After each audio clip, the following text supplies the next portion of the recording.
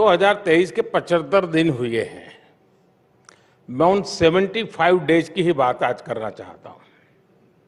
इन 75 दिनों में देश का ऐतिहासिक ग्रीन बजट आया। इन 75 दिनों में कर्नाटका के शिवमोगा में एयरपोर्ट का लोकार्पण हुआ।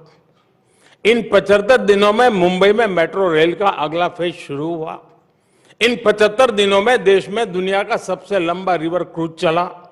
बेंगलुरु मैसूरू एक्सप्रेस वे शुरू हुआ।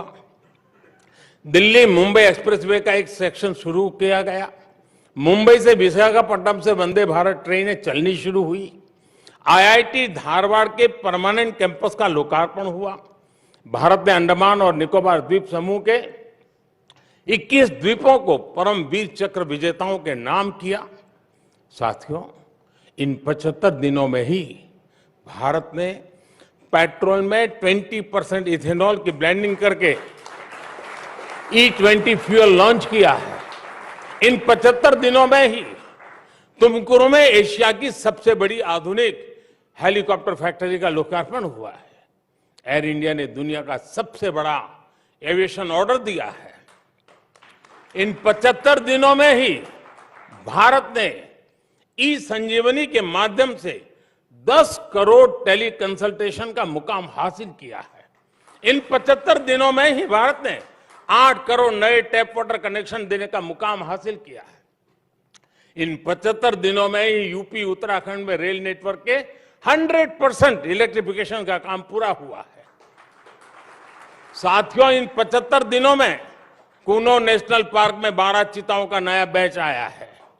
भारतीय महिला टीम ने अंडर 19 क्रिकेट में T20 वर्ल्ड कप जीता है। इन 75 दिनों में देश को 2 ऑस्कर जीतने की खुशी मिली है। साथियों, इन 75 दिनों में हजारों विदेशी डिप्लोमेट्स और विभिन्न संस्थाओं के प्रतिनिधि G20 की बैठकों में हिस्सा लेने के लिए भारत आए।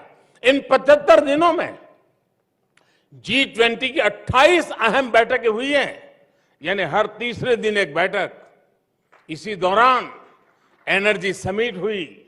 आज ही ग्लोबल मिलेट्स कॉन्फ्रेंस हुई है।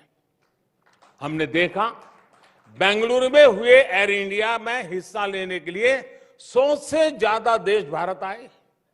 इन 75 दिनों में ही सिंगापुर के साथ यूपीआई लिंकेज की शुरुआत हुई। इन 75 दिनों में ही तुर्की की मदद के लिए भारत ने ऑपरेशन दोस्त चलाया। अब से कुछ घंटे पहले ही भारत बांग्लादेश गैस पाइपलाइन का लोकार्पण हुआ। ये 75 दिनों की ही इतनी लंबी लिस्ट है कि समय कम पड़ जाएगा।